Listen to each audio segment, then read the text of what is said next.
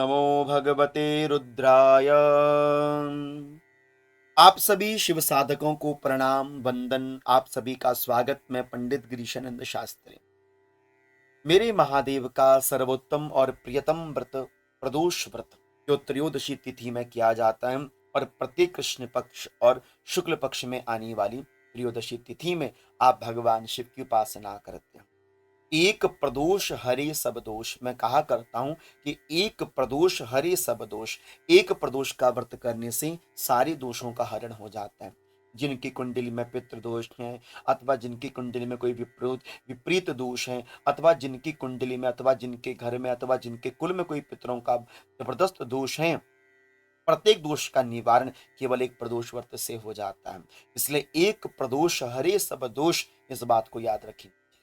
इसलिए प्रदोष का व्रत प्रत्येक शैव भक्तों को तो करना ही करना चाहिए। और जिनकी कोई मनोकांक्षाएं हैं, मनोइच्छाएं हैं, संतान से लेकर परिवार, परिवार से लेकर व्यापार, व्यापार से लेकर मुक्ति की कामना तक के लिए भक्त को प्रदोष का व्रत भगवान शिव के निमित्त अवश्य में करना चाहिए। अब प्रदोष व्रत इस वर्ष मार्गशीर्ष कृष्ण पक्ष की पावन पवित्र त्रयोदशी तिथि यह 28 तारीख दिन बृहस्पतिवार को आपको और हमको प्राप्त हो रही है। बृहस्पतिवार के दिन त्रयोदशी तिथि है, प्रदोष का व्रत है, तो नाम पड़ गया गुरु प्रदोष व्रत, है ना। बृहस्पतिवार के दिन गुरुवार है तो गुरु प्रदोष व्रत, यह प्रदोष के पीछे का आगे का एक विशेष रूपेण बन गया। अब आपको गुरु प्रदोष का व्रत करना कैसे चाहिए, उसमें क्या विशेष आप दान और अर्पण कर सकते हैं भगवान शिव को, यह सुनने वाली बात है। प्रदोष का व्रत कैसे करें, इस बात को जरा सावधानी से सुनिएगा। प्रदोष व्रत जिस दिन हो उस दिन आपको तो व्रत करना है, लेकिन जिस दिन प्रदोष व्रत हो उससे एक दिन पहले आपने शुद्धिकरण रखना है, पवित्र व्यवस्था बनाकर रखनी है। और हाँ, प्रदोष व्रत करने वाले साधक को चाहिए कि वो प्रदोष व्रत से एक दिन पहले समय निकालो और आपके आसपास कहीं पर कोई शिवालय है, उस शिवालय में जाओ, मिट्टी का एक दिया लेकर जाओ और मिट्टी के दिए में तिल का तेल डालकर एक दिया भगवान शिव के मंदिर में लगा दो। और उसके तत्पश्चात वहां पर बैठूं, आंखें बंद करके 11 बार ओम नमो भगवते रुद्राय इस मंत्र का जप कर लो। उसके तत्पश्चात जप इत्यादि करने के उपरांत आप भगवान शिव से प्रार्थना करने की, बाबा सुबह तेरे द्वार पर आऊंगी, पूजा करूंगी, प्रदोष का व्रत करूंगी, मेरे व्रत को सफल कीजिए। ये सारी व्यवस्थाओं को आपने बना लेना चाहिए। इस तरह से अब आपने प्रातः कालीन वेला में थोड़ा जल्दी जागना चाहिए, क्योंकि प्रदोष व्रत करो अथवा कोई भी व्रत करो, प्रत्येक व्रत का नियम ही यह कहता है सुबह जल्दी उठो, सूर्य भगवान को अर्घ दो, तुलसी माता की पूजा करो, क्योंकि घर की जो शोभा है और घर की जो सुंदरता है और घर का कल्याण करने वाली जो जीवन का है वह माता तुलसी है। इसलिए तुलसी माता का अर्चन वंदन इत्यादि करना चाहिए। आपके घर में मंदिर है, मंदिर में दिया धूप बत्ती करें, मंदिर की व्यवस्था को अच्छा बनाएं। आपके घर में भगवान नर्मदेश्वर हैं, अवश्य में नर्मदेश्वर भगवान में जल इत्यादि अर्पण करें, काला तिल चढ़ा दें। उसके तत्पश्चात प्रदोष व्रत के लिए नियम पहला ये है कि यदि आपको मंदिर जाने का अवसर मिल जाए तो सबसे सुंदर है। वैसे तो मंदिर जाने के लिए आपको ना मना करना चाहिए, ना आपके मन में कोई खट्टापन आना चाहिए। प्रदोष व्रत का दिन ऐसा दिन है कि चलो किसी बहाने से हम शिव के शिवालय में जाएं और बाबा की पूजा करके आएं। तो आपने प्रदोष व्रत वाले दिन सुबह के से शिवालय जाना चाहिए। और जब आप सुबह के समय, प्रातः काल के समय शिवालय में जाए तो अवश्य में भी जो सामग्री मैंने आपके स्क्रीन में दी है इसको लिख लें और ये सारी सामग्री आप इकट्ठी कर लें, एकत्रित कर लें, है ना। और ये सारी 11 बेलपत्र, 11 दूर्वा, 11 साबुन, चावल 11, तिल 11, जौ, है ना। जल का कलश आपके पास हो, उसमें थोड़ा सा काले तिल डाल दीजिए और भस्म, चंदन महादेव को जरूर चढ़ाना। मिट्टी के 2 दिए, लंबी 2 बातियां, सफेद तिल का तेल, थोड़ा सा दूध इत्यादि लेकर आपको शिवालय में पहुंचना चाहिए। इस तरह से ये सामग्री आपको जुटा लेनी चाहिए भगवान शिव के व्रत के लिए। इस तरह से भगवान शिव का व्रत करने के लिए आप तैयार हैं तो आप त्रयोदशी तिथि में प्रातः जल्दी जाकर अपनी सारी व्यवस्थाओं को बनाकर, सामग्री को एकत्रित एकजुट करके शिवालय में जाओ। वैसे तो बैठने का प्रयास करो, दक्षिण से उत्तर की ओर मुख करो, दक्षिण में बैठो, उत्तर की ओर मुख करो। यदि ऐसी व्यवस्था नहीं बनती तो जहां जगह मिल जाए थोड़ा वहां बैठो। बस प्रयास इतना करो कि नंदी जी और भगवान की बीच का जो डिस्टेंस है ना, उसमें नंदी जी का मुख हम भगवान से छिपाएं ना, इसलिए थोड़ा सा हटकर बैठना चाहिए, ताकि नंदी जी की दृष्टि निरंतर रूपेण भगवान शिव पर पड़ती रहे। इस तरह से आप भगवान शिव को, भगवान गणपति जी को, भगवान शिव के संपूर्ण परिवार को आप जल इत्यादि अर्पण करवा दो। उसके बाद भोले बाबा पर दूध चढ़ा दीजिए।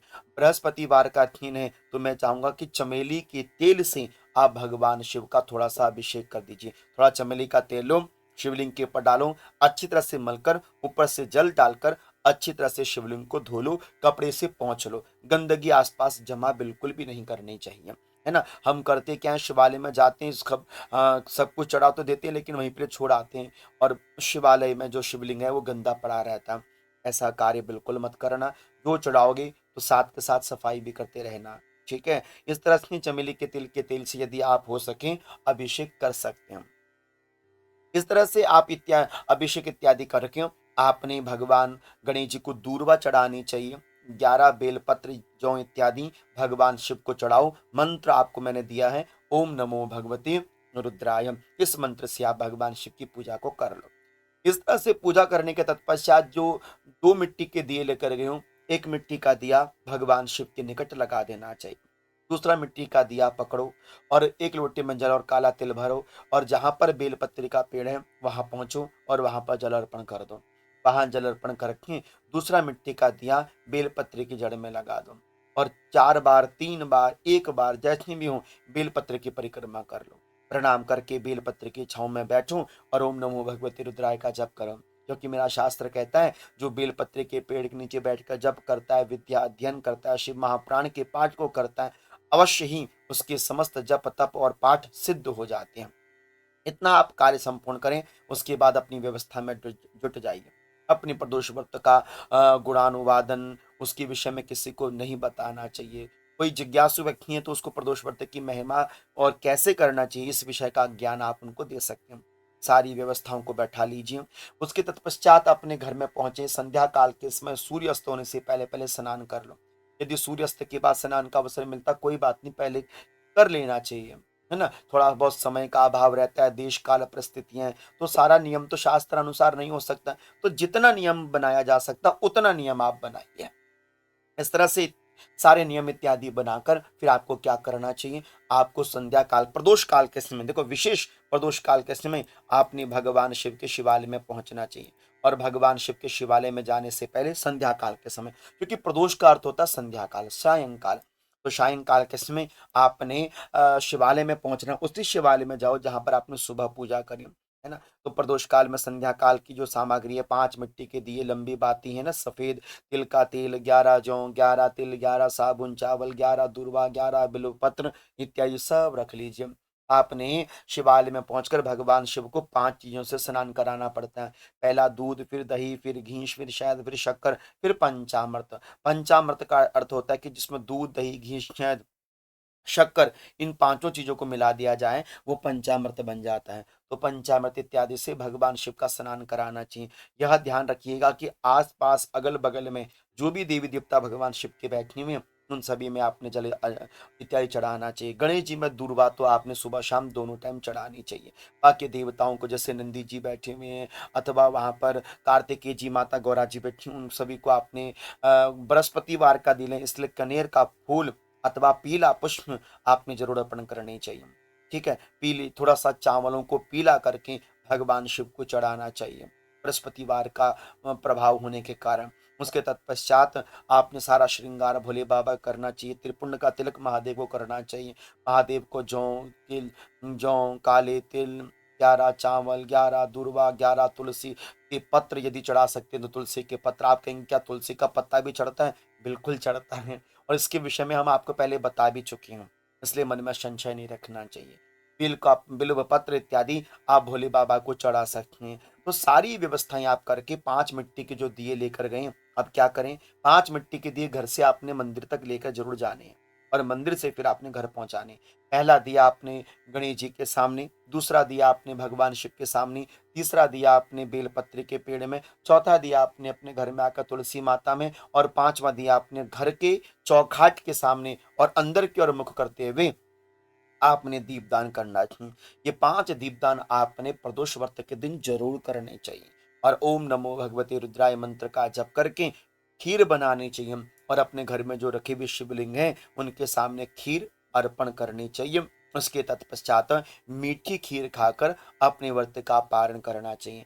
प्रयास करो कि हमारा एकादशी का जो प्रदोष का जो व्रत हो वो मीठे से ही खुले अथवा मीठे ही भोजन किया जाए, सबसे श्रेष्ठ यह रह सकता है। चाहे तो आप प्रदोष व्रत वाले दिन संध्या काल के समय पूजा करके अन्न ग्रहण कर सकते हैं, अथवा अगले दिन सुबह सुबह जल्दी उठ के नहा धो के आप भगवान शिव के ऊपर जल चढ़ाकर फिर आप अपनी व्रत का पारण कर सकते हैं। जैसे भी आपसी व्यवस्था बनती है उस व्यवस्था के अनुसार आपने अपने प्रदोष व्रत का नियम धारण करना चाहिए और इस तरह से संपूर्ण प्रदोष व्रत को करना चाहिए। आशा करता हूं कि जो जानकारी मैंने आपको प्रदोष व्रत से जुड़ी हुई दी आप शिव भक्तों को अच्छी लगी होगी। बस ये चाहूंगा कि प्रदोष व्रत के दिन पीली चने की दाल हो तो 11 अथवा 21 पीली चने की दाल के दाने शिव जी पर चढ़ा देना, थोड़ी सी पीली सरसों महादेव पर चढ़ा देना, और हो तो पीले कनेर के फूल बाबा पर जरूर। बृहस्पति का दिन है, वीरवार का दिन है, गुरुवार का दिन है, इसलिए अवश्य में गुरु प्रदोष के दिन आप पीली वस्तु पीले चावल भगवान शिव पर जरूर चढ़ा दीजिएगा। आशा करता हूं कि आपको यह प्रदोष व्रत की विधि जो मैंने समझाई समझ में आ गई होगी। मन में कहीं शंका है तो आप प्रश्न के माध्यम से पूछ सकते हैं। आप भक्तों को शिव भक्तों को मेरी ओर से वंदन आभार। वीडियो शेयर जरूर कर दीजिएगा अपने प्यारे इष्ट मित्र को। आपको वंदन है। ओम नमो भगवते रुद्राय। ओम नमो भगवते रुद्राय। ओम नमो भगवते रुद्राय।